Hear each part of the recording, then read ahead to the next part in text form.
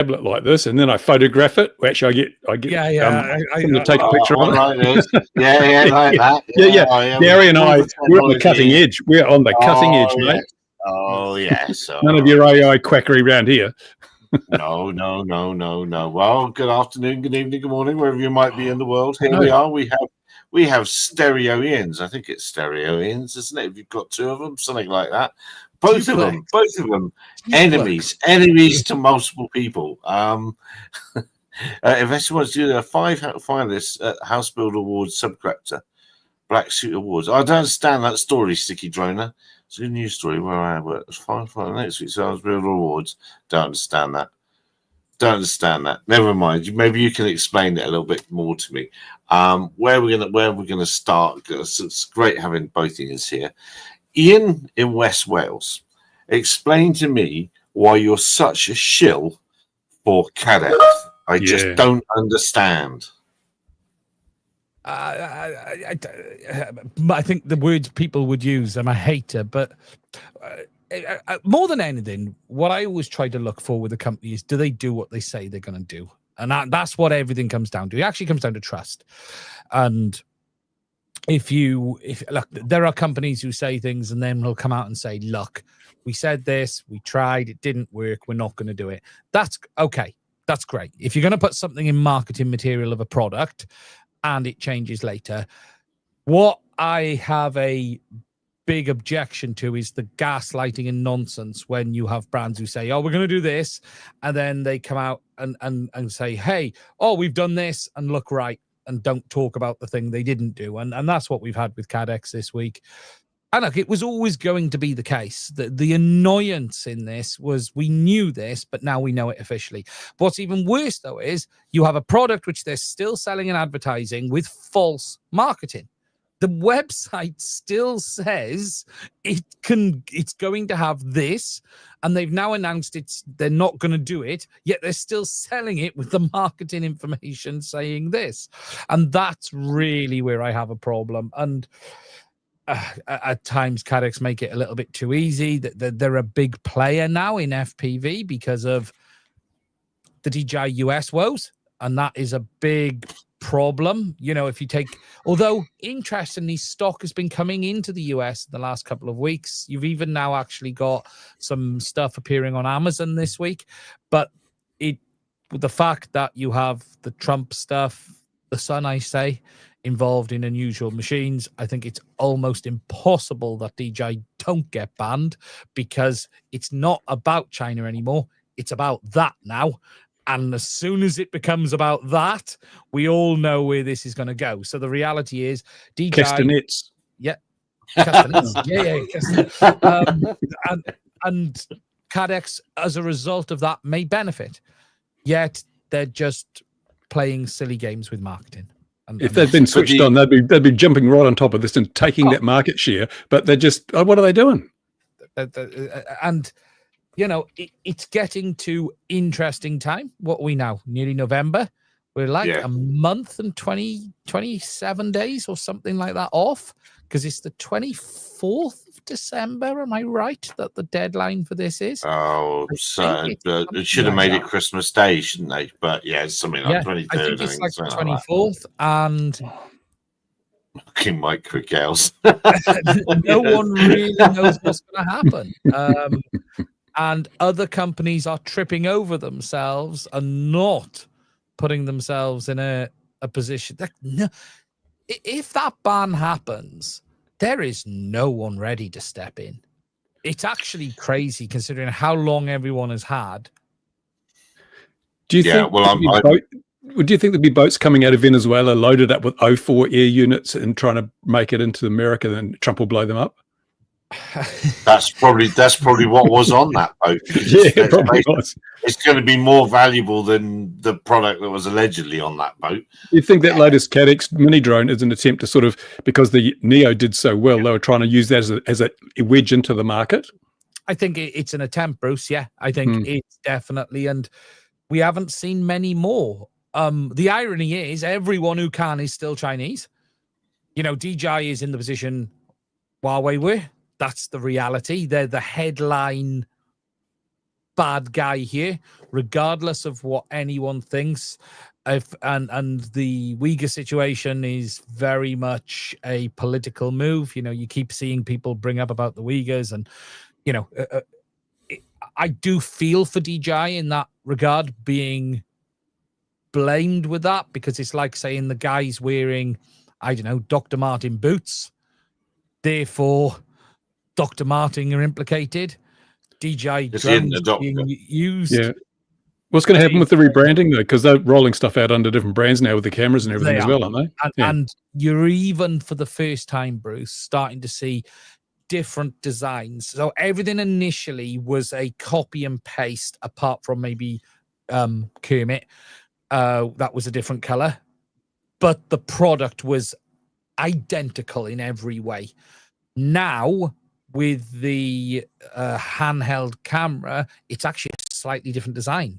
Remoldings, in fact, which adds cost. You know, that isn't free, is it? You know, rubber moldings, there's, you know, it might look only like a molding for a bit of rubber, but there's a few thousand in that. That isn't free to do, is it? So no, we're in trouble now. Kevin's swearing in Chinese in the comments. You've invoked Kevin. Hello, Kevin. Lovely to see you. Well, I think that the idea that some agency was going to step up and free them in this year was madness from the get-go. It always was madness. How anyone thought that. And there in the chat we have Kevin. He's the man, the boy, whatever they say over there. The agencies had done this. Has been done. It's just been done behind closed doors. We know the answer. That's why there's not a new answer this year, because it's true.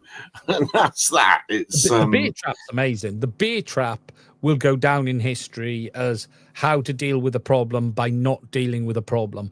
And it is an epic set of events that were laid to get it here, because no one's had to say no. Everyone. Well, and the FTC, I think, have changed their way of doing business today, so they can retrospectively ban stuff. Yes, and I think they've rubber stamped it. But Kevin's, but he'll know if anyone knows that. That will be solidly rubber stamped now, so they can retrospectively ban stuff. And they have addressed that that clone stuff from the stuff we know. And I think all Chinese gear is going to be banned next year. I think that's the very, very much the next step. I still think the bag of money will come, and the problem. Rare earth elements will play a large role in this, because China's got the stranglehold. America needs them. There'll be some toing and froing and bargaining, and there'll be something worked out. And look, DJI is a important brand for China, because I've said this before. Look, I'm never saying DJI are perfect. Kevin has loads of dirt on them. Like, I treat DJI like I treat Facebook. If we're going to go down the road of bad companies doing bad stuff, we've got enough of them, let alone anyone else. But just look at the AI companies. I'm not being funny, right? If you're going to go down the road of bad, just look at OpenAI, hell bent on delivering AI at any cost, even if it's the end of humanity. They don't care. All Sam Altman's only goal is to deliver this at any cost, roll us into the beginning of Terminator. But when it comes to DJI, they are one of China's only globally known brands. If you look at, if you think like Japanese brands, Sony, Panasonic, if you go back long enough, Sanyo, big names we've all known, South Korea, Samsung, LG. When you think of China, there aren't that many globally known brands. BYD has become one of them now, massively scaled up. DJI was one of the first, and Xiaomi, obviously, but Xiaomi has a bit of a weird reputation as well for cheap product. But yeah, I think DJI is important to the Chinese government, and Bruce might be right in saying that a deal might be done and DJI would be part of that. Yeah, I think I think that is their get out of jail card, the big bag of cash. And but did you see who's that Red Cat company, Interesting Things, whatever it is, that place? Unusual Machines. Yeah, Unusual Machines. They just made a big announcement. They've sold, was it a few thousand motors? Yeah, not much, was it? It wasn't much, really, was it? No, it was like 6,000, I think, 6,000 motors or something. Junior is invested in, remember? Yeah. Yeah. He's the one, and, you know, look, if you look at the share price on them, some people have done very, very well. To the moon. You could almost argue it follows the same sort of trend as a crypto scam. However, let's see where it lands. Well, you can argue that because there's stuff full of there's Chinese parts left, right, and center in their gear. It's not what it says it is. It's not groundbreaking. It's sorry. Yeah, you're right. Yeah, just a coat of blue paint. I think what's interesting is when you look at anything to do with the US drone industry right now, nothing I've really seen still says it's trying to build a US drone industry. All I've seen is anything trying to make money. And whether that's import, relabel, rebadge, you know, Unusual Machines have said they've bought a factory, they've bought motor winding machines. Look, if the extent of our technical evolution is winding a motor in the West, then we've lost already, right? Because motors are really a passive device that you can hand wind if absolutely necessary is not the problem. And where are they getting the rare earth magnets from? That's what I want to know. Well, now. Guess. Give you a guess. The battlefield of Ukraine, most likely. Absolutely. That's going to be... It will be interesting, Gar, if you're right on this retrospective ban, because you've got the Neo 2, which is apparently launching this week, where DJI have offloaded the OcuSync in the back, and there was questions on if this has been done to get around the US regulations, and I don't believe it is, because Wi-Fi is still subject to certification, just like anything else is. But if they retrospectively pull the certification, that would mean technically every product already sold is illegal to use, not illegal to own, but illegal to use. And then it will come down to a case of enforcement. Now, but nobody, if it was illegal, no one would use it. I mean, they just put it in the cupboard. Well, is that any different, Bruce, to half of the people in CE regions flying FCC? Because technically it's the same issue. Or flying without remote ID. Yeah. It is the same issue. Yeah. But it's going to be interesting, isn't it, to see where the is if they back ban and say any product by that manufacturer is now illegal to be used in US airspace, are they going to be starting to haul people over coals for this? Or is it really just going to be a media attention ban and everyone carries on as normal? It's a dangerous thing when you weaponize that sort of thing, though, isn't it, for commercial interest? Because ultimately those decisions should be made solely on technical grounds, not on political grounds. And when you politicize the granting of FCC licenses, then you're basically saying to the world, this is not a level playing field. Enter this market at your own risk. And a lot of people are saying, no, thanks. We'll go to Europe. It's bigger. Well, it was never a political weapon, was it, Bruce? FCC was about certification, safety, and compliance within an existing infrastructure, because people forget the radio spectrum is an infrastructure where everyone has their own little place and everyone has to try and play nice with each other to make sure your Ring doorbell works fine when the neighbor's one is going off by another brand. It was never about country of origin. It was never a weapon to be controlled. It was simply, does it meet the safety and legislative requirements to play nice with other devices? Yeah, I thought putting the OcuSync module on the back may have been a pricing thing, because the new Neo is quite a bit more expensive than the old one. And if you can sell it as Wi-Fi entry point, people get it, then they want to upgrade so they can add that on. I thought it was just a way of reducing the sticker shock associated with Neo 1 versus Neo 2. It probably is, Bruce. Genuinely, it probably is. And it struck me, we've always said, for various reasons, whenever radio stuff's popped up, we've always said, you can worry about your aviation regulator, but you best be frightened of your radio regulator. We've always said that, and that's and here we are at a point where a radio regulator is going to have the big stick, but they always have, and they always do wherever you are. Ofcom, I don't know what they Ofcom have Zealand. more dark and old powers in the UK. I always used to label them the Black Monks from Blackadder because there is a reason for it, because you don't really hear from them, you don't really see them. They have some of the oldest powers in history. And detective ends. Those cool detective ends, that's so cool. They've updated them so they work with streaming services now, apparently. I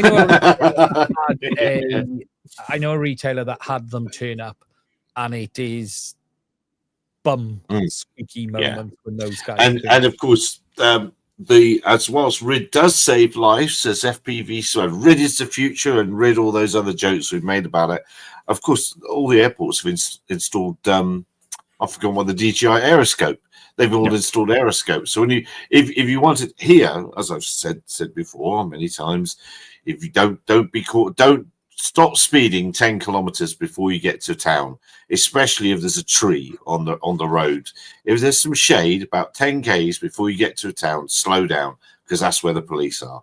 And the reason they're there is because our traffic police garner huge instant fines from people, and that's how municipalities subsidize themselves. It's with the fines, and that's what might end up happening in America. A little bit of a bounty. Oh yeah, if you catch them, then we'll give you $50. In fact, hang on, that's a business idea. Let me write that down. But yeah, that they'll be easy to find. If people say they'll never catch me, yeah, you live near a town, as most people do. It's not going to be hard. If you're in the middle of nowhere, no. But who is the first person to get deported by ICE for flying a DJI drone? That's what I want to know. There'll be some foreigner. For ICE. Yeah, if someone working for ICE will deport themselves. But it's interesting because it's playing into this whole thing. I did a couple of polls on whether people are getting as much fun out of the hobby, and overwhelmingly people are saying it's not as much fun as it used to be. Too much regulation, too much complexity, too many Karens in the street, and this will just further erode the user base of the hobby, because a lot of people probably would not be prepared to go back to analog after flying digital. And if DJI, which is really the apart from what is it, HD0, but if you want good long range, good consistent signal, then DJI is the one to go for.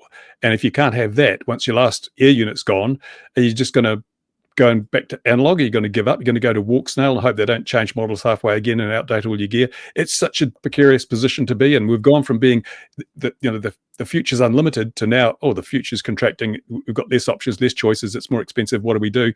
I think it's going to make a major contraction in the hobby, certainly in the USA. The whole, it's not, it's less fun, isn't it? And it's less fun. People like me, and not so much you these days, Bruce, because you don't push out the content like you used to. I remember you used to be the one I went to, when FR Sky was messing up with the receivers, and we're making the changes, and you know what I mean on this. We end up in the position of, I'm not going to use the word having to, because no one forces us to do anything, but the right thing to do, like I did with the Caddx video, is to try and keep the community informed. But then it just all becomes political, and the industry has become political, and it's full now of, it can be more about what to try and make a decision on purchasing than actually purchasing and flying. And it's sad, because it used just to be, well, you had a choice. It was analog, so you just go fly it. Then it was one flight controller, and then it was one radio system, or at least 27 megs. Now there's infinite possibilities of radio systems, flight controllers, software, brands, and there's an entire industry built up around, like every other industry, people talking about it, as we are right now. The irony is, and it does take something away from the hobby at that point. It happens with everything. When something grows to a point, it becomes as much about, someone put a post on my video the other day, and they say, you do a lot of talking and not a lot of flying. And it's true, because that's the reality of what you find yourself in when you're in the technical side of the hobby. Yeah, the only reason I fly now is so I can piss people off. Only flies at council destinations. Local government. And that does take away something from it. The excitement is lost because we've seen it all now. Yeah, the novelty's gone as well. It was, from 2015, every day there was something new, something exciting, something different. And so you'd be really eager, and you could tell by the, it's into reviews, there was always new products to look at. But now it's just a new version of an old product or something slightly different. I see people like Captain Drone and UAV Futures. Another day, let's review another drone. How can you, it's just like the one you reviewed yesterday. But you got to amp it up so that you get more free product. It's just like, seriously, and I'm looking at trying to create a back to basics. I've been sort of mulling this over for days. I'm going to do a video on it. I think we've lost the enjoyment of the hobby as it was. I've watched a lot of old videos from the 1980s and 90s and so forth, when flying models was a real interesting thing to do, and it was a community thing. It was we've changed. A lot of FPV flyers are lone flyers because they work through the internet, but it's much more fun flying with friends. With the old time, you used to go out to the field with your friends and fly models in a group. These days, a lot of people just fly on their own, and once you've lost the community aspect, the actual first-hand interaction with other people, becomes far more difficult to keep the interest up. Because around here, we used to have a little group that went out to the parks and flew, and then they said, you can't fly here, you can't fly there, you can't fly. So I just fly my own now because there is no one else flying FPV here. And even I was at the airfield, no one else flies FPV. It's just me, and it makes it much more difficult to keep the enthusiasm up. So I'm thinking, we need to promote the hobby more, because as a group, we don't promote it much. We just we have echo chambers where we talk to each other, but we don't get out there and promote it to the community. And we need to make it more attractive and simpler and more enjoyable. Regulations are throwing a spanner in that, but I tend to think maybe we need to start looking at, things like FPV parks, which is a big undertaking, and it's probably too late in the curve to do that now, but that would have been great if you had an area where people could come, bring the kids, put some goggles on, experience the whole thing, and maybe go away so enthused that they get into the hobby. But that's not happening. We're not selling it. It's just going to atrophy somewhat. It'll never die, but it will shrink quite a bit over the next couple of years. Yeah, well, it's very much a flight test sort of thing, isn't it? I mean, they've got the models that enable a lower cost entry with simple building and success for youngsters, because that's what they need. You need to have to be a little bit hard, a little bit difficult, but not too hard, and the thing will fly. There's some grey arrows who now call themselves why is everyone's names changing at UK Drone Club? But you're right. I forgot what I was going to say. Oh, senior moment. Yeah. Well, I was going to say that I'm from the world of when it was all balsa and glue and tissue and sticking it all together, taking weeks. And I remember now. In seconds. Ian hasn't remembered from last week. He hasn't remembered from last week what he was going to say, but I remember. The problem is, if you want to fly FPV, if you don't get a DJI, then even if you buy a bind and fly, it's just not that simple.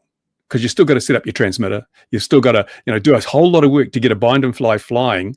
And so I think that's been a barrier in the past to a lot of people. That's where DJI with things like the Avata came in, and that's made a huge difference. Well, this Protoss thing or whatever, I mean, it looks quite groovy, but you can't get spare batteries for it, I don't think. And if you lose it, you've got to buy yourself it all over again. So it's not quite there as a product, and it doesn't. There's no build satisfaction to it either. No, and they're sitting in a weird position because I think one thing DJI do so well is getting you in the ear out the door. Honestly, I don't know, Bruce. Did you get to try a Neo? Did you buy one, or I bought a Neo. Yeah, and it is. It's a turnkey experience. That's the whole thing. And of course, this little Caddx one doesn't have GPS, so it doesn't have return to home. It's missing a lot of features. It's cheaper, but it's still missing a lot of features that a lot of first-time flyers really rely on. Yeah, and again, it's where do they outgrow it? And that was the big question mark with it, is what happens when you outgrow it? What happens when you've decided I want to go something next? But even that, what happens when your kid takes it down the park and then flies it into someone, or their dog's running around? Starter drones is a great idea that often ends very badly. I remember Christmas Facebook seeing post after post after post saying, if anyone sees a drone, someone's bought this one's off Amazon, like Bruce says, doesn't have GPS, doesn't come back. And this is what you're going to have with this. Someone will take it off. It has very basic precision hold, but if you if you slam the throttle and it heads off into the sunset, it ain't coming back. And Neo will. DJI have always been very good at the safety side of it. What happens when the pilot does something wrong? The nannying comes in, and the drone will bring itself back. It will sort itself. But yeah, I don't know. Starter drones, as the point Bruce made, is the best place for a starter drone is at a place where there's someone there to show them how to use it and walk them through. Not, let's order this in off Amazon and it turns up and no one in the family knows what they're doing. Yeah, that Caddx drone also, I can't believe they use downward-facing props. We know they're noisier, you can't take off from grass. It's like, what were they they should have looked at the Avata and said, that's a bad design, and look at what they've done with the Neo. They've turned it around the other way. And from a basic building a drone, it just doesn't seem to be well designed. Yeah.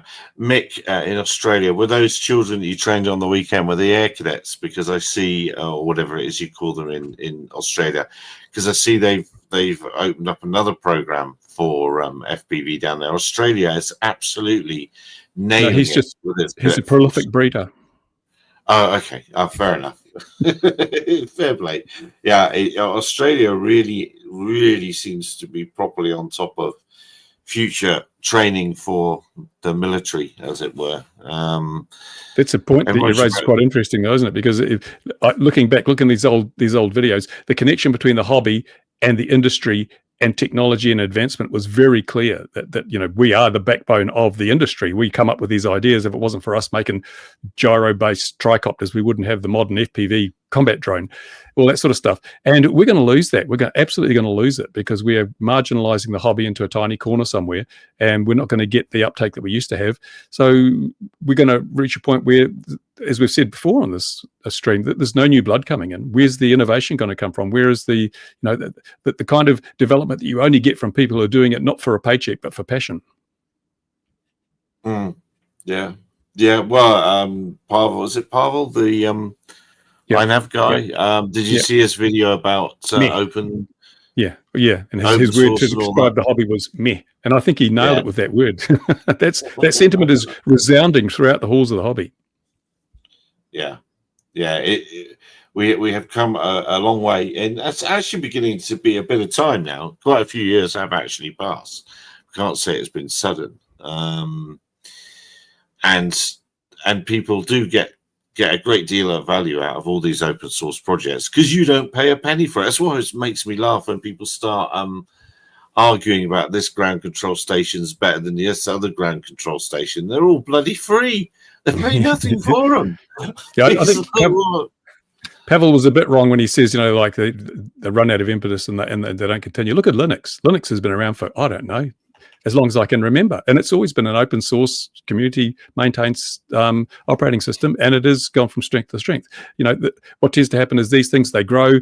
Like we started with base flight, and then that split into clean flight, and then we got beta flight. And when the one team gets tired, usually you get a fork or a takeover, and a new team starts up with new invigorated passion, and you get a new version of the product which has got more features, better whatevers. So these things generally don't die. And even if they do stop developing things, I mean, if all flight control development stopped today, your flight controllers will still work. You'll still be able to use them in 10 years' time. And it, so sometimes you get things perfect. Why do you need to improve them? Well, that's what I say about you, Bruce. Yeah, thanks, Barry. No. It's what they say, whether it's true. I mean, sometimes it's just futile to try. They're two different things, aren't they? But open pilot, copter control. Oh, you mean one of these? Open pilot for the win! Hooray! Well, that's I mean, that is the beginning of it all, really, of the smaller form factor. That's when things really started getting groovy. Futaba 8-channel radio. I was never wealthy enough to have an 8-channel Futaba. And I see Wings mentioned there as well. Yeah, they do seem to be becoming more popular, don't they? That's another thing that multi-rotor pilots should try is just, if you're getting bored with quadcopters, try Wings. A whole different experience, a whole different set of challenges, and a whole lot of different fun. And it's cheap. Yeah. For cheap. Yeah, I really enjoyed the Chapito this year. That I haven't flown it as much as I would have liked because I've been tied up with other stuff. But it was really nice to get back into Wings. It's been a while.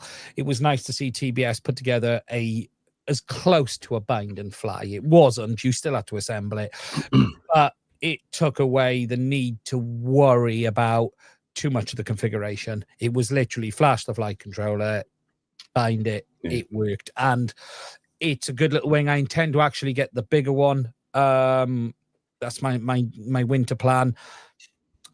Bruce will probably find this. Unfortunately, you end up, the more content you make, the less you fly, because you're spending your time doing what I'm doing now, which is editing videos or editing something or testing something. And the problem with doing this is this becomes all of the time and not the end thing that got you into it in the first place. Watch out for eagles. Eagles. Yeah, that was a great video, wasn't it? That was great. Yeah. And that's, well, I think we even spoke about that when we saw him in September, but that's exactly what would happen here. And it's vultures as well that come and get him here. Yeah. Hey, why did Ian stand up when you said vultures? Yeah, I know. He's been very, very, very cool. Oh, there we are. He's getting an eagle. Oh, he's got an eagle. Very good. Very good. Very good. What it did on the back, what it left, the marks in it were crazy, weren't they? That one's got to go on the wall, isn't it? If they don't put that one on the wall, then that's a missed opportunity. It's a wonder it didn't burn up when the battery got punctured, though. Yeah. It's interesting. Yeah. So the claw must have gone straight into the battery. Yeah. Mad. And quickly as well. You know, like there's no resistance ranges. I think the pilot was very talented. Oh, there you go. I didn't quite get how they found it so quickly. It was on a hill. Just go up the hill. I think they probably sent a quad up beforehand or a plane up beforehand and spotted it. How did I make that comment? Who made that comment for me? It's not me. How did I do that? It's Ian.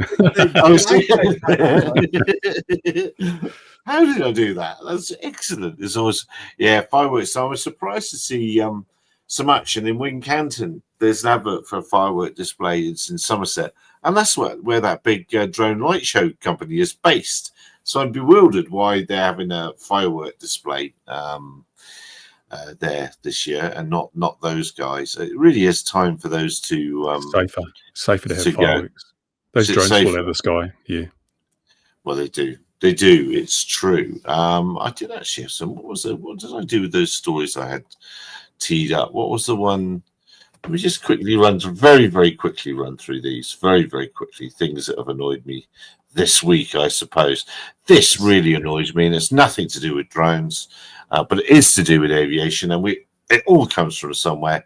They did a stealthy application to get this place knocked down, and as the community found out and organized it, it's just like, you know, the beginning of Hitchhiker's Guide to the Galaxy, when he's lying in front of the bulldozer and he's, what can you do about this? Absolutely nothing. That's exactly what happened to this, and places like this need to be kept, blue plaque and all, but yeah, they just demolished the house of the founder of the Short Brothers. But there we are. Oh, and I remember I posed a question. Where was this? I let it go by in the thing, and nobody's answered in the comments, so they've all failed in the comments. But obviously there's nothing really interesting about this platform, but I thought it was interesting that we're testing it in the Falkland Islands. Come on, we can test them closer to England than the Falkland Islands. You know, if you want windswept, wild, and desperate, just go to Ian's house. You know, West Wales. There it is. It's all. There's even sheep. Like, that's exactly what I thought. I thought, is that really in the Falklands, or is that at Aberporth, or the other one, Llanbedr? You know, it's exactly the same. So yeah, I don't know, but exercise cop shield down there. So maybe they are testing lots of stuff that they don't want people to see down in the Falklands. From that perspective, it would make sense. But yeah, that doesn't look very top secret, though, does it? No. Well, I called it a Delta Wing, I think, because let's face it, that's all it is. The double surfaces there, or the two controlled surfaces. Obviously, a bit Dutch rolly with all that vertical tail surface at the end of the wings. Yeah, that struck me as a little bit weird. But But really, when you're chucking something like that, do you really care? It's absolutely perfect flight performance. You don't do. You're chucking it. No. It's going once. That's that. Tweak the flight controller. Who cares about the aerodynamics? Well, yeah. Basically, look at the F-35. It's designed not to fly, and then they put a flight controller in so it flies. Absolutely. And then the police are up to their shenanigans with the Met Police actually admitting to it this time. So they finally said, yes, we're doing this. But I've heard there are actually going to be 7 locations in the UK running concurrently and running with temporary danger areas. And that's not cool. That's a lot of airspace. Is it drone in a box? Drones in a box, yeah. Yep. Keeping Londoners safe from what? Yeah, well, we should have a sweepstake or a countdown or something on the side of SES News like we used to have. But this time it'll be for, that was for American regulations. This will be for the first crash of one of these into a person and the reason why. And I reckon the reason why would be weather. Although Ian did an interesting run through of Grok of days flyable for its stated performance, and I was surprised how many days were deemed to be flyable. It was more than I thought it was going to be. I can't. Can you remember offhand, Ian, what the number was? It came in that 68 days wouldn't be flyable due to the rain, because the IP rating at IP55 is 2 millimeters per hour, and so that would, because I thought the UK would be a bit more rainy, because it always feels that way. But did that include wind as well? Yeah, it said 68 days for rain and around, I think it was 32 for wind. So is there a new bylaw coming in London that says you can only commit crimes on fine days? Fine days, exactly. I should add that with the days. It's not that you wouldn't have the entire day either. It might just be that there's an hour in the day, but it's one of those things where you still need to be aware of it. And you'd have to have, I think, with this, some kind of thing with a Met Office or somewhere where you had kind of a prediction ahead. Otherwise, by the time you find out there's too much wind or too much rain, you've already gone out. It's on top of the machine. Look, it measures it itself. And this I always use this bit. That ain't any good if you're out flying. It's got 40-minute flight time. So when you take off, it could be fine. And then 20 minutes in it, it's not. That's what I mean. It's true.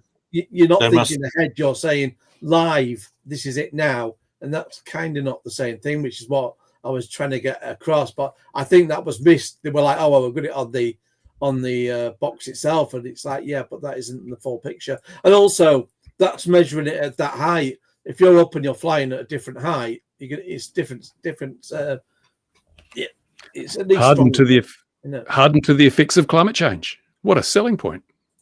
and the reason I use this image, this is from a police trial. It's just look at the install of all the all the comms equipment, all that wire, meters and meters of coiled wire there. They'll have no impact at all, none at all on what's happening with that, none at all.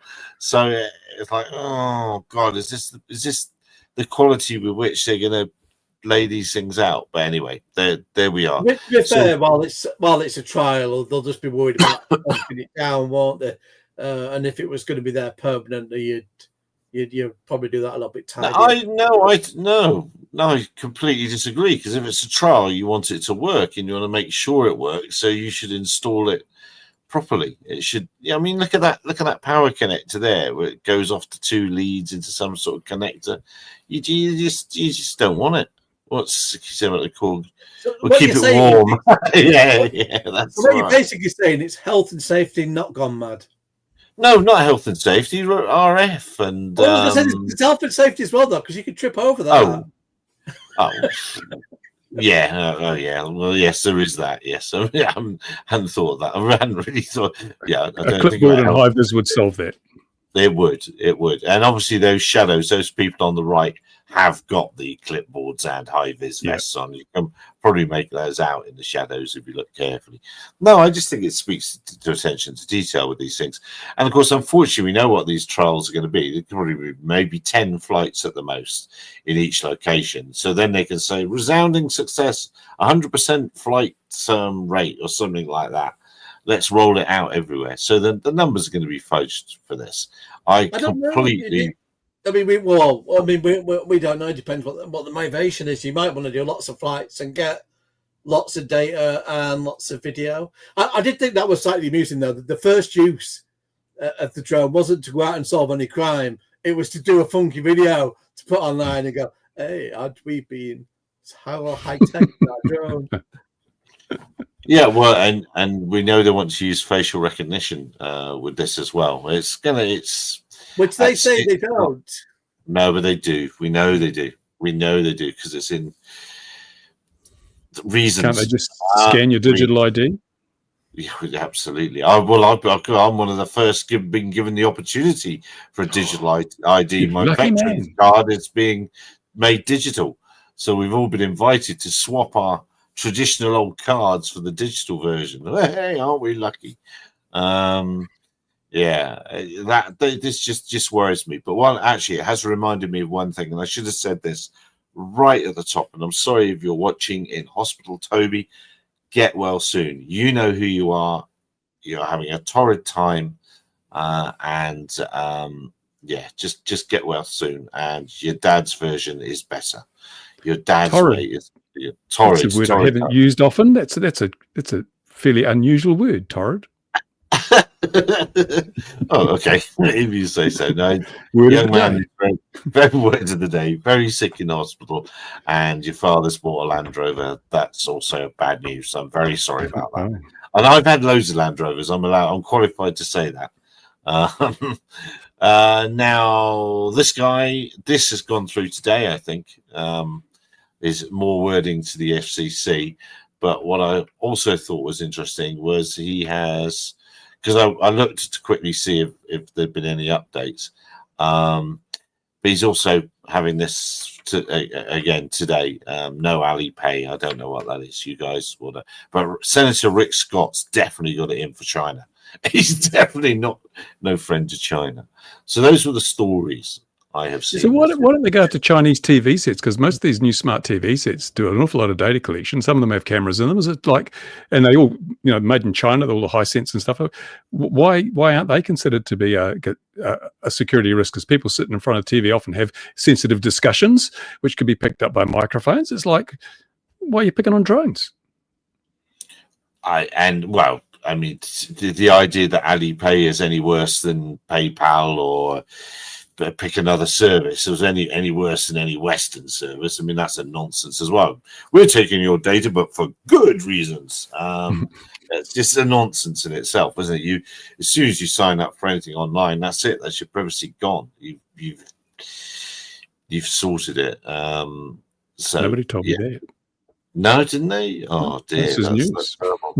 No, maybe even New Zealand. I don't know. Maybe it's different in New Zealand. It'll all be nice, and people from Middle Earth will help you and all that sort of thing. Just jump in for a moment. There was just a comment made that the Windy app is apparently quite good. So I just thought I'd mention that. It's very good. Yeah. I use it even here. It's very good. It's very good indeed. It's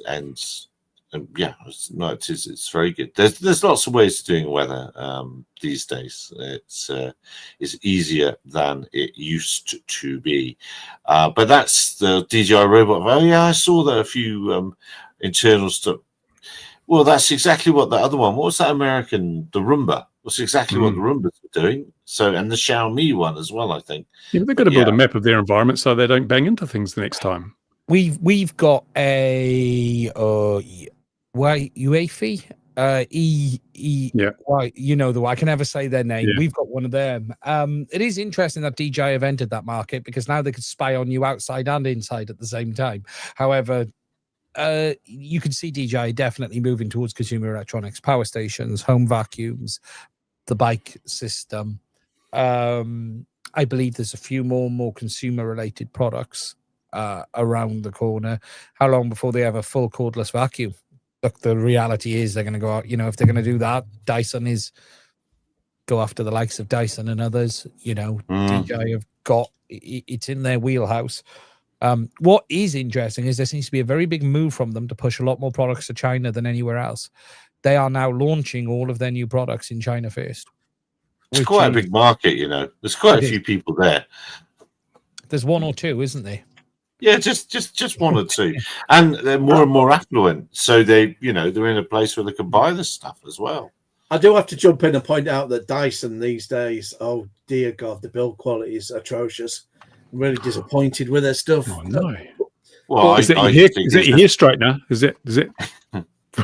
Oh, I felt it was a vacuum. Obviously, I've not got much hair to straighten.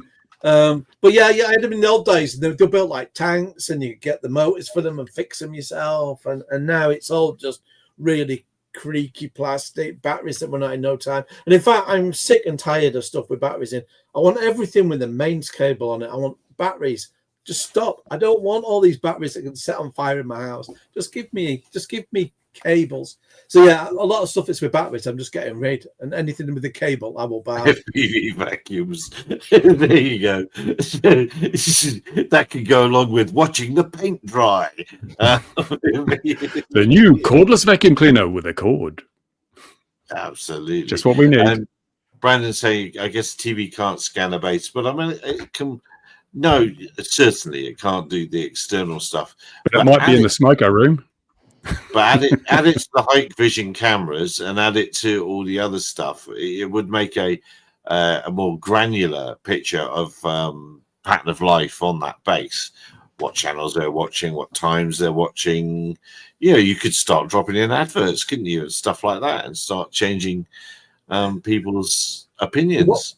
There was a firm court actually listening to what people were saying and putting that back for picking adverts. And obviously, the moment they got Rumble with it, they got rid of that in the software. But it shows that was a couple of years ago.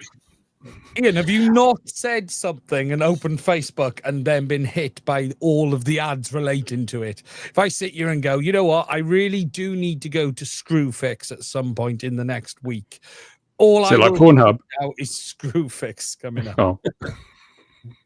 It should. It's a second business idea. This one, yes. I know. I've definitely done stuff. I've definitely discussed products. Well, in chats on like WhatsApp and stuff, and then you do get ads. So there's definitely a lot of trace in what we. And I hate it on Facebook because on Facebook once I did a post about how I think. And apologies to anyone. No, I don't apologize to anyone that's got one. I stand by it. I said that anyone's got hot tub is very chavvy, and just for me saying that, yeah, controversial. But for me just saying that, for about 6 months, I got hot tub ads all over my timeline. So it was almost karma coming back at me for my nasty words. Yeah, the hot tub army. It is a bit of a strange thing to have, but there we are. I forgot Has there been any more news on Altitude Angel? Because I haven't really been following up on that. So. Yeah, but I can't tell you. I think we're going to hear something soon, and I'm not sure what we're going to hear, but I think we're going to hear something soon. It's still, if you want, you can still use the map. It's still there. They're keeping it running, still alive. Don't think it's gone. Don't think that part of it's gone away. No, I mean what I do know, and I think I'll be okay to say this because it's obvious anyway, is that was one thing they've done is work with the administrator to make sure that that things stay online. So they are trying to keep it going for as long as is possible while things that are going on in the background of whatever happens. So hopefully at the end of it all it'll be good news. But with these kind of things, they can go either way, can't they? You can have it where it all just collapses and people just take away bits of IP. So yeah, but it's worth more as a running service than a formally running service, though, isn't it? Yeah, it's good to see it running because I'm hoping that at the end of it all, fingers crossed, there'll be good news, and then you've got the thing where it's gone through and there's been no interruptions, and then you haven't lost customers as well. Then because there isn't really something else to jump onto. I noticed that is it called Sky Demon or something? There's something that's in the that's what the light aircraft. And then suddenly you realise how expensive that would be. I think it's 150 quid a year. So people kind of don't appreciate in the drone world that they've been getting such a bargain with it free. And even if you were paying a minor subscription, it's nothing to pay like that kind of fee. So I guess the one thing it has done is it's made people appreciate the fact it was there, including national regulators who were getting exactly the same free use of it as other people. BTO so much from air, they might be interested in going. Well, I don't know if BT. I don't know the story. BT I have to say BT are quite a good company. So if they were the kind of company that took it over, at least you know, but there's definitely it was a very secure future anyway. But who knows what's going on? I have no idea. Do they give you static IP like you got with Vodafone? Oh yes, I was very happy with my static IP on Vodafone. So clearly, Bruce reads. We are boring. We are so boring. As a hacker, I have to say I don't like a moving target. Thank you for getting a static IP. It makes no difference anyway. Because we are talking about static IPs. How dull can we be? And we've reached a new level of dullness. We've only just started. We can get far more duller. Yeah, he's going to photograph that static IP with his anamorphic lens. Wait till you get going for that. Yeah, wide angle static IP. Lens flares. Now, in fact, I'm going to prove just how boring a cookie. See, I can say. Oh, see, we've got him going now. We've wound him up. I purchased a Sony box made especially just to keep my cameras in. It's your static IP. You keep your static IP. He keeps it in the box. But you can move it. It's not static. You can move it. And he can't tell anyone what it is. You know, I'm happy that I've got a case with foam in it and it doesn't cost that much. You know, that's the kind of thing, free. the kind of thing that makes my day. No, no. Croxwood's here.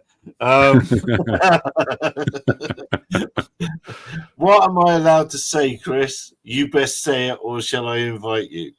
Free the Crockford one. Well, I mean that. Well, is the news on that? Yeah, there is, or is there? I don't know. I don't know if there's news. I do, but I don't know if I'm allowed to say anything about, because the only reason he went for that thing is because of talking to us in this class. That was his schoolboy error there. He spoke to us, and the comments were so funny when we went to that hearing, and this very I don't know what we call this was mentioned, and I think they didn't know what to call it. In fact, I have to remember whatever it was they said. Just like your so-called journalist, or not so much of a journalist, or whatever it is they call you in. They said something similar about this.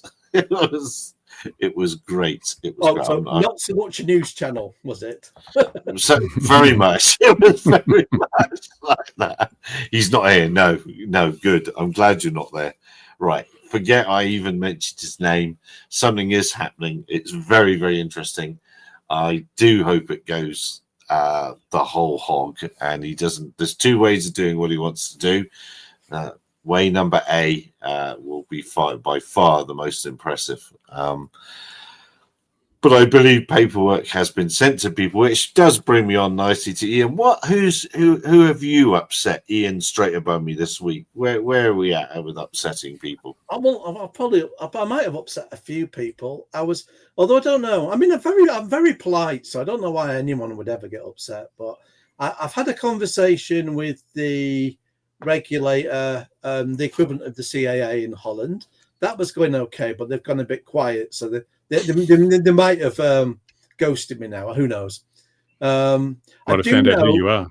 Yeah, I do know a very credible journalist in Denmark is doing freedom of information, so they're going to have the joy, hopefully, for not as many years as we had with Gatwick here, where they haven't. It's gone exactly the same. Where everyone's quiet in the authorities now. They're going, please forget this all happened with the drones, and we closed the entire commercial and hobby industry down for a week, and they're just hoping it all goes away. But there are journalists in the background chipping away at that, so maybe they'll have their layers of that coming out. Who knows? I have, as what you've probably been alluding to, my first tribunal case that will feature the CAA.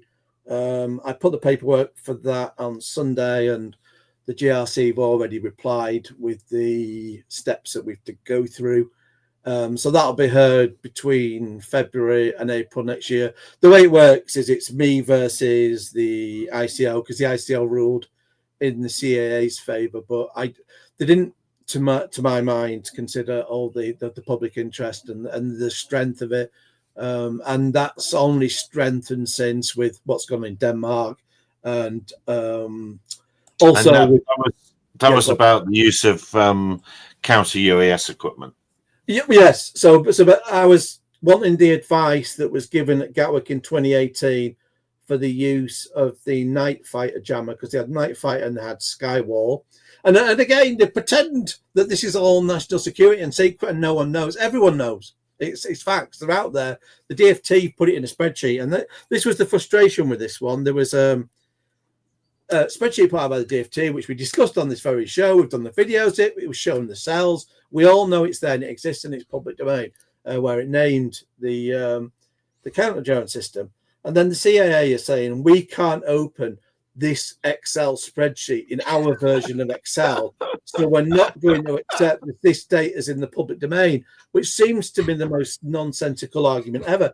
So I even went to the trouble of buying an older version of Windows so I could run the version of Excel the DFT been using to load the spreadsheet in, to show them it, to do a video and show them all the stuff in. I've then extracted it as a CSV, put the CSV online to what do they know, so you can just grab your mouse over it, copy and paste, and you've got the data. You can just even read it there on the screen in front of you, and they're trying to say that isn't in public domain. It's quite clearly in the public domain. So these are the kind of frustrating things on this one. I don't think it should have ever been sided with by the ICO. I don't know if they've quite understood. I honestly don't know. But with I'm going to make my case, and we'll let a judge decide. Now, it'll be up to the CAA whether they join in on that or not. Obviously, if they do, they will then have the legal expenses of their own legal team and so on, and having to deal with that. What they can do is say, no, we'll sit it out. We'll let the ICO argue it for us. So at the moment, I don't know which way they're going to hop on that. But it's one I'm fighting myself. I'm quite confident with it and quite happy to do it myself with this. I think there's no stronger public interest than saying we're putting out really the electronic version. We wouldn't give to loads of people a surface to air missile, because that there'd be some person somewhere that would misuse it. It's guaranteed. So why are we putting in the electronic equivalent, a jammer? And although it's meant to jam drones, well, we know very well people are going to point that aircraft. They're going to, as we saw at the Grand Prix, which is still denied and we don't know, but it looked very much like someone was playing with the counter drone. Yes. And there was mishaps with GPS. So it just shows that there is potential. The trouble with a gun like that, because you're not getting ammunition coming out of it, you think you're doing no harm, but you could well be wrong on that. They could very much well be doing. So there's much higher risk of doing harm with a jamming gun because you don't see any ammunition or any effect. But, there could be some poor sod in an ICU unit in a hospital a couple of miles away that's getting their equipment malfunctioning and dying because you're zapping that gun. So with that as the reality of it, and obviously not even information I'd gone after, it was the UAP community. So thank you to them again. Inadvertently, they just asked to see the National Police Air Service emails about Lake. And on topic but off topic, that chap, and I've forgotten his name, I think it was in Denmark or Germany or wherever, who flagged up a couple of things in his YouTube channel, has seen a dramatic drop in his traffic. He's got loads of Jean-Michel Jarre tracks that he plays himself on his piano, not his piano, on his synthesizer and all that sort of thing. But all his normal YouTube traffic's disappeared since he's criticised the authorities for the Danish drone attacks. He's from the UAP world, and that's why it just suddenly came to my head. So he's seen a little bit of, he believes he's seen a little bit of censorship to his channel afterwards. So that's why we get no views. Have you seen what else is happening on YouTube? People making videos about installing Windows 11 on non-authorized hardware, or bypassing the need for a Microsoft account, having their videos taken down and strikes given against their channels under the harmful or dangerous thing. It's not harmful. Yeah, eh? It's hit a lot of big people as well, Bruce. That one. It's crazy. I mean, it's like the censorship is just crazy. There must be some deal with Microsoft or something, or the AI bots have gone mad, but there's no one at home. I mean, the lights are on, but everyone's, gone from YouTube. No one's there to talk to you. Yeah, so I do wonder if that's safe to do or not, just from the viewpoint that was whole argument with Microsoft. You had to have the, is it TPM or whatever? It's a version on the board. Otherwise, it wasn't supported. I really annoyed with that because I had a really good server, and it ended up, it's ended up in landfill. But harmful or dangerous is supposed to be like X, where people can actually get physically injured or whatever. It's not. I've actually had issues, Ian, with the TPM modules. This crap, because I've got a machine I can't upgrade. It should be compatible, yet it isn't, and it's still giving me problems. I gave up in the end because I still run Windows 10 on my main machine, my non-editing machine, and the new machine is Windows 11. But at some point, I'm going to have to upgrade that. Upgrade to Linux. Upgrade to Linux, man. All my machines are Linux, apart from one. It's the trouble with this is costing, even in the UK alone, it's billions of pounds worth of hardware waste, and most of it is just going to end up in landfill. So it is really frustrating and kind of daft. So you can't blame people for wanting workarounds. If it wasn't for the fact I'd already gone and bought a machine to replace the last one I've got left that can't be upgraded to Windows 10, it's something I'd be tempted to look at, but I've spent the money now, so there's no point. But how's it harmful? Yeah. What's that? How is they say it's harmful because the implication would be if you're doing that on the machine, maybe it still could be compromised and the Windows 11 won't be being. No, I'm saying the videos that people are making is how to install Windows 11 on incompatible hardware and how to avoid having to have a Microsoft account when you're installing it. That's not harmful to anybody except Microsoft. Yeah, but we could argue that machine itself might be. You could argue. I'm not saying it's right. I'm saying you could argue that machine that you've done is easier to compromise than a legit Windows 11 install. So they could argue harm from that. I'm not saying it's you could say installing Edge browser is the same situation. There's so many things that make your machine vulnerable. Why pick on this? Yeah, I mean, they'll be taking the kind of approach of like if you were chipping an Xbox or something like that, where. But it's not illegal. Chipping an Xbox is illegal. There's nothing illegal about what these people are doing. Because what country you're in, it's not illegal here. I'm sure it's not. That's why my server is humming away over here, and I'm just doing some more testing before that goes live. So all my videos will be on my own server as well as YouTube, and there'll be videos on my server which would never make it to YouTube. But interestingly enough, if you look at the YouTube terms of service, they can strike you and delete your account for things you do on other platforms. Yeah. Remember? I'm just going to add for 1 second for the comment. I haven't remembered what I forgot last week, and I've tried to remember for the whole week and still can't remember. So there you go. It really was completely forgotten and erased out of my head. And I just want to rewind back to because was it last week or this week that the UK police were given more rights to, or the military, were given more rights to shoot down drones around bases? This is part of the reason. We'll finish off with my FOI thing because that was part of the reason as well. Because the change isn't implemented yet, but obviously it was announced last week that we're going to allow drones to be shot at with kinetic weapons here in the UK. So that was part of because what I'd argued in the freedom of information was that the problem with jammers as well was it was a stepping stone to, because the moment police got jammers, they're then we want kinetic weapons now. It ends up being a stepping stone for getting kinetics. And obviously all that's come true now. We're saying, having jammers isn't enough. We need to be able to shoot at things. But that, going back a moment when I mentioned the National Police Air Service, that email came out, and that's important to the context here as well, because there's an email from the National Police Air Service to, I think it's MPCC, but it might be to the MOD as well, and generally the forces in Lakenheath. But he's basically saying, please don't shoot our helicopter with the jammer.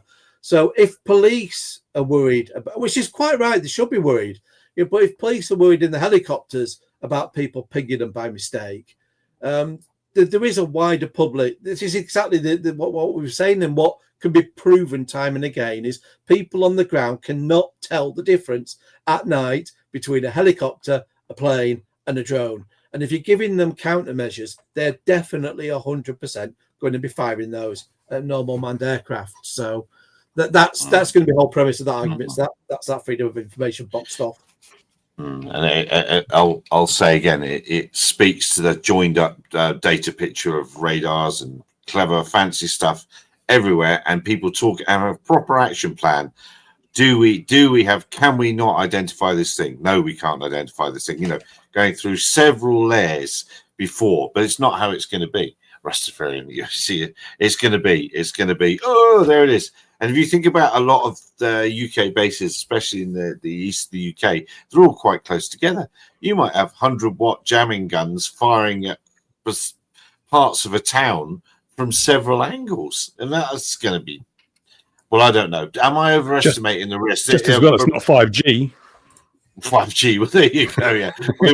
Yeah. There we go in Wales, all burning. But am I over-egging the potential risks to RF Probably. users on the ground? It is ISM. It is every man for himself. Well, yeah, true. So you have to, according to the regs, you must tolerate interference caused by other services. Well, yes, yeah. All right, maybe I'm over-egging it then. I just don't think it's a good idea. I really don't. It's not a good idea. Anyway, no, especially if they're denying GPS, as one of the things will be GPS denial, I suspect, and that is dangerous, and that is not allowed because that isn't an ISM band. Oh, true that. Well said. Fair point. Well made. Yes, very true. It isn't in an ISM band. Yeah, and that would go. Well, I suppose it would only momentarily, but it would go miles. Go out to sea if you're stood at any height. It's just the only friend there is going to be the curvature of the Earth. But yeah, yeah. On that point, you see, it makes me wonder. I don't know if you remember, but it was around about the time of the Denmark thing. There was I think there was definitely a high up politician in Europe. The aircraft. Claimed that Russia had been GPS denying their aircraft. But I was thinking, you wouldn't know. That again could be some numpty on the ground being given a drone jammer. I thought, oh, it's a drone, and pinging it at an aircraft. But people will just say it's Russia because they'll think, well, surely only Russia be daft enough to be GPS denying an aircraft. And it's like, no, you're giving all these out like candy to loads of people. How do you even know? So I bet no one's keeping a track of who's got them all and and no logins going on. Basically, we need training. We need. Next thing they're telling us those drones over the Europe aren't Russian. Those drones over the airports, they're not Russian. You tell us that next. We can't believe a thing you say. No, it's true that. Very true. Look, we're gone to waffle mode. We're over the hour. Cool. So it's time to go, unless anyone's got any more. There's still more. Oh, here we camera go. Out. Don't forget camera out. All right. Okay. Well, tell Ian's here. He knows his cameras. Go on then, Ian. What have you got? Well, we I don't know if you saw it, Bruce, but I did send you the link for it. But yesterday, EHang did their official announcement. Oh, yes, I was talking to Gary about that. We were just talking about that, yeah. Yeah, we'll discuss it because he might have some views on that. But it was obviously there was kind of a flashy, reveal-y thing that they did. Elon Musk would have been proud. They said the redundancy was 1.5 motor failures, and I'm thinking, how can you have 0.5 of a motor failure? I don't know. One breaks in half. So I guess that's kind of saying really that you can have one motor fail, you can't have two, basically, and then it's coming down. So it's one motor failure. There's a redundancy, not 1.5. It's like, yeah. It's a flashy announce. The one thing that was positive on it though is they have actually put some sensors on this for avoidance. So it's got a LiDAR, it's got vision. Do you think they got them on from Amazon? Probably from AliExpress. Yeah, and it's good at hitting cranes, crane detection devices, crane detect and hit. Yeah. I think he might have had some sort of radar-y thing as well. It had 3 sensors anyway, so at least they have added those in. So it is an improvement, both in its efficiency and a little bit to the safety on its previous product. But yeah, I'll let Bruce jump in for any more views. The thing that struck me was the number of different craft they have designed. That there's like, how many of them were there? And then they're still going, so they still haven't, got what they're looking for. Still haven't found one I'm looking for. There's about 20 different aircraft they had on that screen, showing all the different aircraft they'd designed over the time, searching for this goal. And the thing that I was having a chat with AI the other day, as you do, and I was talking about the eVTOL market and everything that they add for safety and security, like LiDAR and all this technology, is eating into the power budget and eating into the payload budget. And so you get the safer it is, the less useful it is, basically. The thing that confused me with that was putting in the aircon unit, because I'm assuming that's going to require electric. Yeah, got to keep the corpses cool when they hit the ground. I was going to say, you're bloody sweating as you come down. It's a mitigation for battery fire. That's all it is. Yeah. Oh, and I have to add, I was wrong when the review first came out originally, because I said the lighting inside was RGB. Apparently, it's not even RGB. You just get normal white or some sort of warm white. Oh man, I'm quite disappointed by that. The RGB thing was the thing that had almost won me over. Doesn't have the starlight headliner like the cars, with the little twinkly stars. They're lovely. Yeah. What are you printing, Ian? Or is that your microwave? Is that your lunch?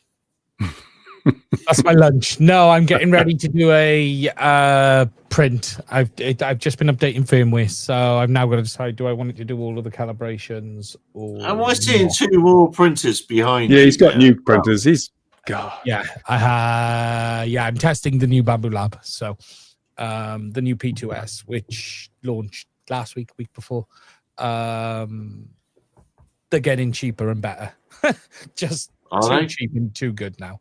That's the crazy thing. So is that a cheaper one then? Is that what you call it? No, it replaces mid. This is mid class. So this is 699 with the AMS. I think it's 549 without. But it's from a average printer perspective, it's pretty much everything everyone would need, because this will even do engineering filaments now. So for instance, I've just 3D printed these in some pretty solid engineering filaments. This is in PA6 GF, which is can't get the focus to work. Highly temperature resilient. You could use this in an engine bay of a car. Wow. Not obviously on the exhaust manifold. Yeah, you wouldn't want to do exhaust manifold, but you could use this within. This has a melt temperature of 180 degrees.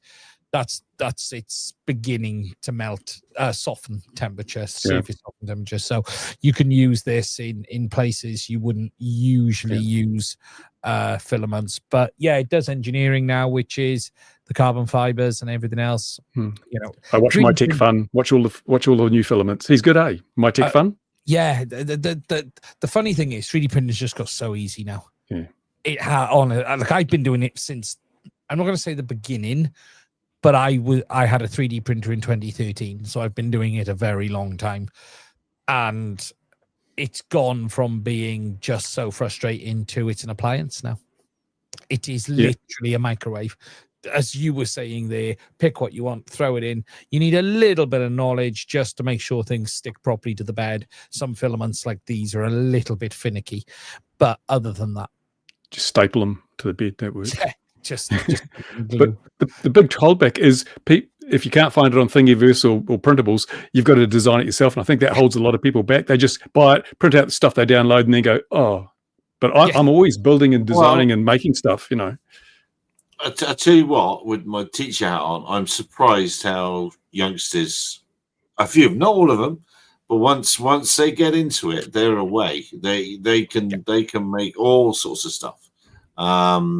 that's a positive thing. That's a good thing. But they really do start excelling. Not all of them, but some of them do, and they blow me Tinkercad's away. easily available. Tinker's out Exactly, there. it's exactly what I use. Yeah, I use OnShape online. It's pretty good. OnShape online is another good one. Yeah. Yeah, no, it is surprising what they can come up with. They impress me no end. And another question, I've got a question before we go. Which little ELRS radio am I going to buy? I just want to play around with. And have you made a video yet, Ian, of Mavlink and ELRS? And No, if you I haven't, can you make one for me so I understand how it works? I haven't done it yet because it's still been in the test firmware. It hasn't officially hit public build because it doesn't land until ELRS 4.0 officially. It is there now, but the big changes are in ELRS 4.0. But it depends what you want to achieve. ExpressRS is still very low data rate. So ELRS Mavlink radio is not a replacement for standard radios. It is an option, and it's going to give you some low-level Mavlink commands back and forth. What it isn't is an ideal replacement for RFD radios, as an example, if you want to have Mission Planner, where you are trying to totally control the aircraft back and forth.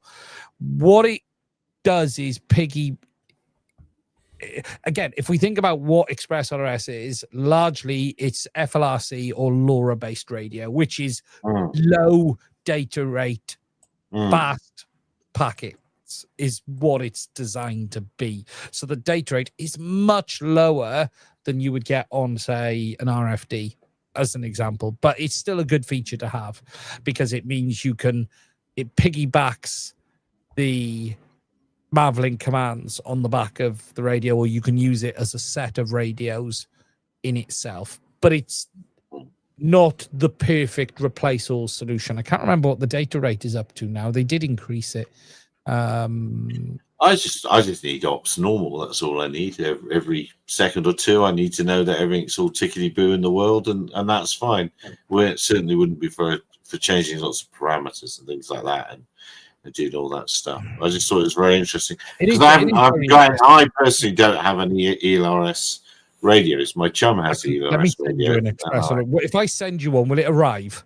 Or is there more chance of it easier being for you to order it? The post office doesn't exist in town anymore. Is it on fire? No, it wasn't on fire. No, they shut down 6,000 posts. Oh yeah. Oh come on. I've been into town twice, and the cash machines have been in the middle of the road, blown out the wall. So the post office worthless since they stole all the copper for the telegraph. Do you know what they went and did this week? They went to one of our aviation museums and ripped all the copper out of the aircraft that were out on the side of the runway, all the exhibits. They went and ripped the wiring looms out of them. There's Buccaneer and a Canberra, and suddenly ripped all the wiring out of them. But anyway, there you are. It takes a bit of effort, I should imagine, to go in and find it all. And sounds like they need some copper jacketed lead. Yeah, oh, absolutely. Well, quite so. Yeah, we'll have to take this discussion offline, Ian. It's, I'm to do that for us now. I will, yeah. I can get you a radio so you can have a play with it. No, I haven't done Mavlink telemetry yet. It is probably a video I need to get off my bottom and do. It is, in many ways, it's very similar to what RFD did with their module. Do you remember they released their radio modules? So what it does is it allows you to connect your Mavlink to you got your UART on the air side. It sends it over the link, and then on the ground side, you're then using the built-in Wi-Fi that is in the module as an access point for you to connect your device to. So it is very clean and tidy, is what it is, because you don't need external hardware. It's just very low data rate. I'm just looking down there. So for instance, on 900 megs, slower than with 2.4 gigs. So 900 is the slowest because it's got the lowest data rate. So if you wanted the longest range, you're gonna have the lowest data rate. that must be LoRa, isn't it? That's why. Yes. That's the LoRa. Yes. Full parameter download is 2+ minutes. But that's because it's a much slower radio telemetry. But what about just when you're in flight ops normal? Rates will be fine because it'll just be pinging back and forth. Marvelink isn't particularly what's the term I'm going to think? It's quite fat in how much data it sends. Yeah. Just standby wise, you know, it's you got the heartbeat and you got some of the basic data in there. But yeah, look, it's a great little feature. It is a great little feature. You know, because I've seen so many poorly set up telemetry radios with dreadful antennas and all that sort of thing. So it's and already I see people, well, let's have 100-watt LoRa systems. Like, no, you're missing the point. You're missing the point. Yeah, that's kind of what intrigues me, is what LoRa could really do. And then especially if you can drop in, because I think in one of those ERS things you can drop in Meshtastic as well. You can. So if you can if you could have a heartbeat and an ops normal, I'm alive, I'm still flying, it's all good, because that's all I'd need. And it was a Meshtastic repeater at the same time. As if that would ever happen. Well, quite. Well, yes. My things don't fly long, but it would make for a very interesting. Well, what's coming here? Oh, don't! Oh, oh yes. Wow. I put that in the chat because this just popped up on my feed just now, and it made me laugh. So I thought I'd just put the image on there. I have taken on LinkedIn that when anything is that, I just say bollocks, and that's it, and leave it at that. I mean, can you believe that this Dubai? How many years ago were we talking about that very trial for that thing? And that's not that's the AI version of it. Yeah. So they abandoned that. Years.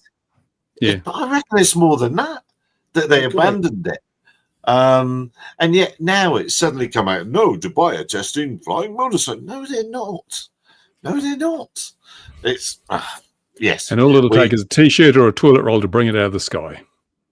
Well, I think didn't that one used to tip forward? Let's have. Give me 2 seconds. I'll find you the video and put it on so we can have a reminisce. But so on LinkedIn, I've simply taken, because there's so much bullshit there, just saying bollocks when something's bollocks, and of course, a lot of people don't seem to understand that word. So, yeah, I've reduced. Looks like it's got collet type propeller retainers. and the propellers are wider than the shrouds, and door motors, and it really is close to that policeman's foot, isn't it? You got to worry about that. Yeah, it's actually 7 years ago. There you go. I'll put it in private chat, and then if you can do the magic to show people who've forgotten about this. Well, you should be able to do that if you've put that up. Where is it? I'll put it in. Put it in the studio. Oh yeah, I see. Let's stop that. Let's do that. Oh no, let's not do that, because that does that. Let's do. Oh, I don't know. Well, let's just do it like this, and then we'll go. Then we'll let the dear viewer go, because we're keeping the dear viewer here now. It's all right. They're sleeping. That's all right then. They left hours ago. Oh, look at that! Oh, I love it. They always have. It's like decapitate mode. Do some stuff. You should keep this bookmark, Gary. Shouldn't have done that. It looks like it's under full control, doesn't it? Oh, that's beautiful. Here we go. And have you seen my arms? Well, to be fair, it hasn't chopped them up much that you can see.